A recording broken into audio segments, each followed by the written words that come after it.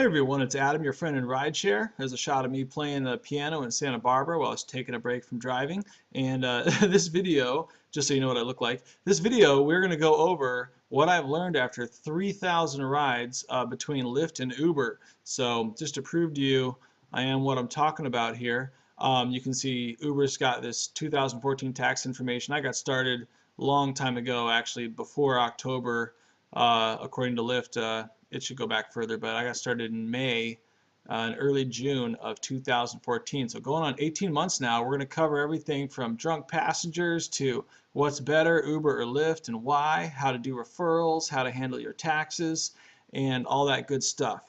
We're going to switch back and forth to some Google images to keep it interesting, and I've got my notes here. So listen along or just follow along by looking at the screen. But to start out, I noticed someone else on here on YouTube had over 100,000 views, and they did a video about what they learned after 1,000 rides. So I thought, well, if I've done 3,000 rides, I could definitely give you guys some good information. I know there's people out there that have done more, over 10,000 rides, maybe even someone hitting 20,000 now. Here we are in early 2016, but 3,000 rides, about 1,800 with Lyft and about 1,500 with Uber. So I know what I'm talking about, you guys. Starting out in your car quality, so you're just signing up as a driver, your car passed inspection, you pass the background check. I like to keep my car clean even in between each ride. So one thing I do, a little secret I learned, of course, you know, you got your car washed maybe the day before, maybe a few spots on the windows, not a big deal. But here's a little secret. Every time you stop by a grocery store, you can pick up the sanitary wipes. They have them right by the front entrance. You wipe the carts, you wipe your hands with them. I take 2 or 3 of those back to my car, wipe down my door handles, usually in the middle of the day, not always after every customer, but you can get the scented ones from Whole Foods or like an upscale grocery store, the ones that are scented lavender, and your next customer guaranteed is going to say, wow, your car smells nice, and like the seatbelts aren't sticky or anything. So use those sanitary wipes, maybe grab yourself a drink at the grocery store and save the receipt for your taxes. We'll get into that in a minute. Check your air pressure regularly on your car. You're gonna be surprised how quickly your air pressure can drop driving around. I love America's Tire. These guys will fix a flat for free, even if you're not their customer yet. They will rotate your tires regularly. If you're a customer, they'll fill up your air for free, so you don't have to pay for air if you're near an America's Tire. You can also be getting regular maintenance on your car to make sure everything's good. I have a Prius, so it's every 5,000 miles. Most cars or older cars are, you know, every 3,000 miles, but something you may not know, if you have a Prius, you're doing your oil changes every 5,000 miles. That's kind of nice. And I went to a Toyota dealership the other day, and I was actually buying new tires because my tires were bald. So I was buying new tires after I was getting my maintenance done, and I talked to the guy at the Toyota dealership, and he's like, you know what? We're not going to rotate your tires for you then because we charge you 20 bucks to rotate your tires. I'm like, thank you. So he actually saved me money off the cost of my maintenance, and I'm so glad he was honest enough to do that. That's another thing. You want to make sure you have a trusted mechanic. There's a guy, I forget his name, but he was a mechanic, and he went undercover across the country, and he interviewed other mechanics, and he found out 2/3 of the mechanics he interviewed were dishonest. In other words, he would make up problems, and he would say, oh yeah, I think you know, my headlight fluid is low, and the other mechanic would say, oh yeah, your headlight fluid is definitely low, we need to charge you 50 bucks for new headlight fluid. Well, if you know anything about cars, you know that's absolutely a joke. That's totally absurd. But I read this book a while back, and he estimated, because he was an honest mechanic, he estimated 2/3 or 60% of the guys that he talked to would screw him over or charge him extra money if they could. So in other words, if you have a problem with your car, I would talk to at least 3 or 4 mechanics before you do business with one of them, and maybe check the Yelp reviews. All right, so also if you have a gas guzzler or a truck, get an electric or hybrid vehicle if you're going to be doing this job on the regular, okay? Another thing, of course, obvious, we just talked about it, replace your tires when the tread's getting low. If you're in a wet climate like Seattle, or you're in a snowy area in the wintertime like Minneapolis, do that even sooner.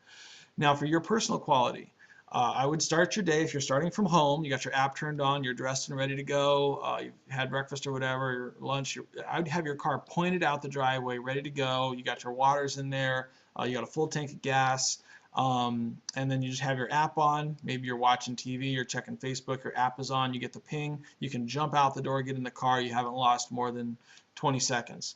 Another thing, never let a bad experience with a previous customer affect your next ride. Your next customer will wonder why you're irritable or what's going on. If you need to, just take a break, go get a drink or something, get a coffee, whatever it is you do to decompress. Otherwise, you'll notice your rating starts to steadily go down. Another thing I noticed, I just requested a ride tonight and the driver kept driving the wrong way, didn't pick me up. I think it was because his music was too loud. So don't turn up your music so loud or your volume on your phone so low that you don't hear the pings coming in. So another thing, customers sometimes say, hey, what was the worst thing that happened to you? If they ask you that, don't complain about it, but make it a funny story or try to find a way to laugh about it. That'll make it a much better story. Keep your amenities in view, things like phone chargers, gum, bottled water, or at least offer it verbally, because if your customer can't see it, they might be afraid to ask for it, and most customers are getting so used to at least a phone charger being there, they won't tell you that they wanted you to get that phone charger for them, but they will be disappointed about it because they're trying to be polite, or maybe they just had lunch and they're going to go see their boyfriend or girlfriend, they want a piece of gum. So just offer it if you have it and it's not in view, okay? Also focus on the trip, not the conversation. You'll probably miss a turn if you're talking too much. Let your customer do most of the talking. If you do miss a turn or an exit on the freeway, offer to end the ride early and still take them to the destination. Uber has a strict policy about this. You're supposed to end the ride right there and still take them. Well, that's going to screw you over if you still got to go 5 or 6 miles. So I just say within reason. I usually say, you know what, I'm so sorry I missed that freeway exit. We're going to have to backtrack. It looks like 2 miles.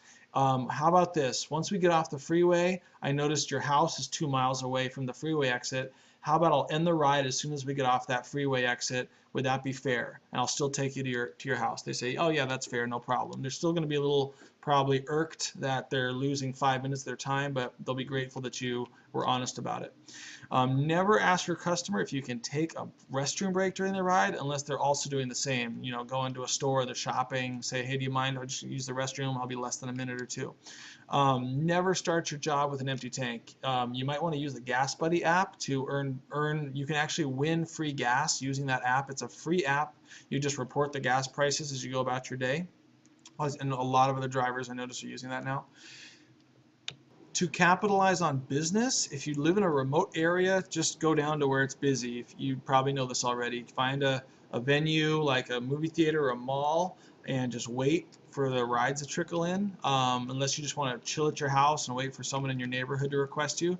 If you live in a busy area like I do, I live near downtown Los Angeles, I just turn on my app and usually within 5 or 10 minutes I got a request. You can also drum up business in new markets by posting flyers and street teaming, which is very lucrative. Here's a picture of me street teaming last night with Chris and Carlos, they're two awesome, wonderful people and also Lyft drivers. And we were at the El Rey Theater handing out Lyft referral cards with the code El Rey on them. And we were getting paid pretty well to do that. It was a lot of fun. It was a little bit cold, but we had a great time. We got to hear some good music as well. And when you're handing out your personal card to customers that are either currently in your ride, they're going to give it to one of their friends, they're happy. The new person that you're not even going to meet is going to be happy, and you're going to get paid all together. So someone gets a free ride and you're getting paid. That's just genius, and it's a great way to drum up business and get repeat customers. Here's a picture of me hanging out with the band, the Royal Machines. We were waiting for the show to start and the crowd to come in, so I'm there with my Lyft shirt. There's Dave Navarro, and I think you might recognize some other faces in there. Forgive me if I don't know all your names. I think that's Mark McGrath over there. It's really blurry, but I wasn't going to ask them to take a second picture because they were about to start the show. So as you can see, a lot of fun things can happen while you're doing this job, and you stop somewhere, drop someone off, go to a coffee shop, ask the Starbucks if you can put up a free flyer for free ride codes with your personal code on it. Some places they only want nonprofit community events on their bulletin board, so check with that first. If you explain to them it's totally free, they just got to download the app and enter the code, that's usually going to work just fine. And probably the manager of the coffee shop wants to get one too. So that's one way to get business. Here's a really amazing pro tip. If you get a window decal, go to a professional graphics installer, have them design a window decal with maybe the Uber or Lyft logo, Postmates, whatever you do. Put your promo code in large print on your window and just make it short and sweet. Hey, download the app, use my code for a free ride, or a free ride credit is probably the best way to say it. I would use the terms free ride credit. Don't put a dollar amount, because the dollar amount changes all the time. Sometimes it's 20, sometimes it's 50. But you put that window decal on there, now every single mile you drive is a deduction, because you're advertising for a business every time you get in your car and drive. So not just your miles with customers, but every time you're driving. Make sense? If not, talk with a tax professional, which brings us to taxes. Frowny face, right? So save all your receipts. I put them in an envelope. I tuck it under my visor, or sometimes in my glove box.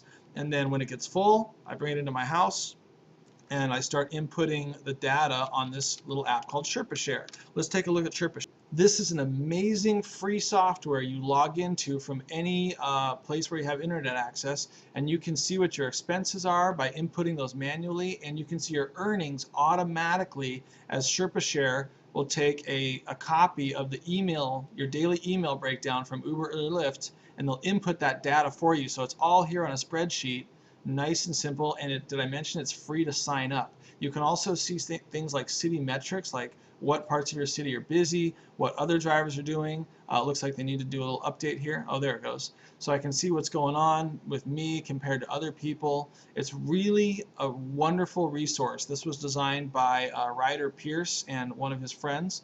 And I can't recommend this enough. So if you are Postmates, DoorDash, any of those other services, anything where you're using your car, I strongly recommend going to SherpaShare and just getting signed up. That'll help you out immensely, especially when it comes to taxes. Another thing you can do as you are keeping track of your expenses is play the zero-sum game with the IRS. They don't care. As long as you are showing your expenses and itemizing things, and you have receipts, save your receipts for 7 years, or whatever it is right now, 3 years, 7 years, save your receipts in a shoebox in your closet and shred them when the time is right. But you can actually zero out your income by doing upgrades on your car, maybe getting a membership at a monthly detail service, like there's one here in LA called Red Carpet I just heard about, where for 40 bucks a month they do interior and exterior detail like 3 times a day or 3 times a week. That was insane. One driver I talked to and I just gave me that tip. So you can do all these things to cut down your taxes. You don't want to go negative, but if you can zero out, or you can go negative for a couple years, I think, but the IRS doesn't like it if you keep showing a loss year after year.